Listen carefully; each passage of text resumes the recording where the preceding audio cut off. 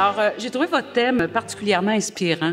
Lorsqu'on parle de leader dans un monde en transition, vous comprendrez qu'Hydro-Québec, ça nous touche pas mal parce qu'on est bien sûr engagé dans la transition énergétique du Québec.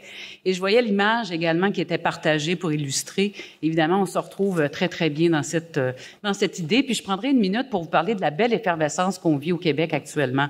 Donc, énormément de projets, de la décarbonation pour plusieurs de nos industries, aussi beaucoup d'appétit pour notre énergie renouvelable, ce qui fait qu'on a absolument besoin de l'efficacité énergétique, de la gestion de pointe et de l'ensemble des mesures qu'on peut poser dans l'industrie comme dans le bâtiment.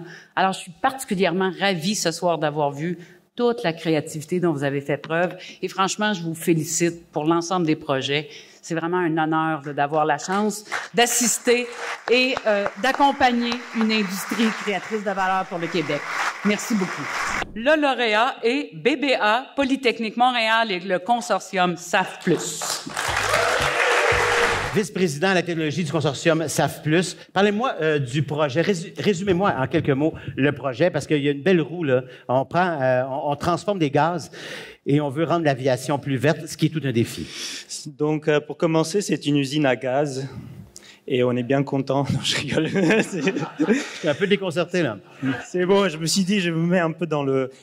donc, le concept de base de SAF+, c'est de faire du carburant liquide pour remplacer dans le domaine de la transportation, mais notamment les avions, un kérosène synthétique fait à base de CO2.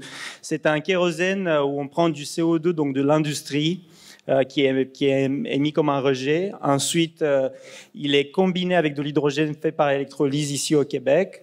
Et ensemble, ces deux-là, dans un procédé qu'on a développé dans le cadre d'un projet pilote, on fait des hydrocarbures qui ressemblent à du kérosène, qui peuvent ressembler à du diesel et que nous pouvons utiliser. C'est une forme d'électrification de choses qui sont extrêmement difficiles à électrifier. Voilà. Et on diminue de façon substantielle les GES, entre autres, émises par les avions. On parle de 80 % en moins, là. Oui, même allant jusqu'à 90 %. C'est quelque chose de très prometteur. On parle de 40 % à 50 % des carburants pour les avions en 2050 seront faits de cette manière-là.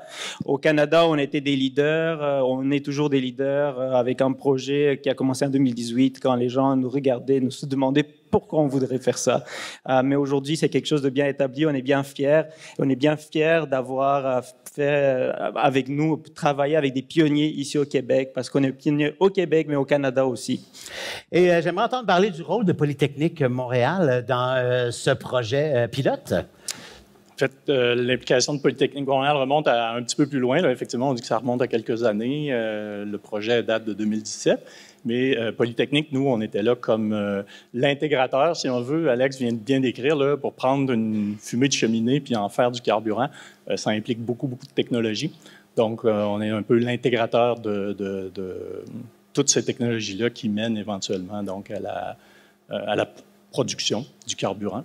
Puis, c'est un assemblage technologique. C'est littéralement ça. C'est un projet qui est complètement fou et il faut absolument que la population soit au courant. Mais bon, c'est un projet pilote. C'est donc un format pilote pour l'instant. Mais est-ce qu'on peut rêver, Mme Ricard, que ce projet-là prenne de l'ampleur éventuellement? Et est-ce que j'imagine que oui, mais est-ce que c'est dans un avenir relativement rapproché? Est-ce qu'on peut rêver à ça? Je pense qu'on peut y croire. Merci beaucoup. Je suis sûre. On travaille présentement avec SAF+ pour continuer le développement de la technologie et de passer à l'étape commerciale. Eh bien, c'est un projet qui est absolument incroyable. Vraiment, bravo. C'est vous qui remportez ce soir le prix Visionnaire. C'est pas un prix banal non plus. Allez, c'est le grand prix ce soir. Félicitations. On les applaudit encore une fois. Stéphane, merci. Juste avant d'y aller, tu viens de gagner aussi un petit prix pour cette excellente participation et merci beaucoup. OK, fait que c'est ça ma paye. Cool. Mais avais-tu, tu vas avoir une surprise? Wouhou, je l'ai. Hey, merci infiniment, c'est un grand plaisir. Merci beaucoup.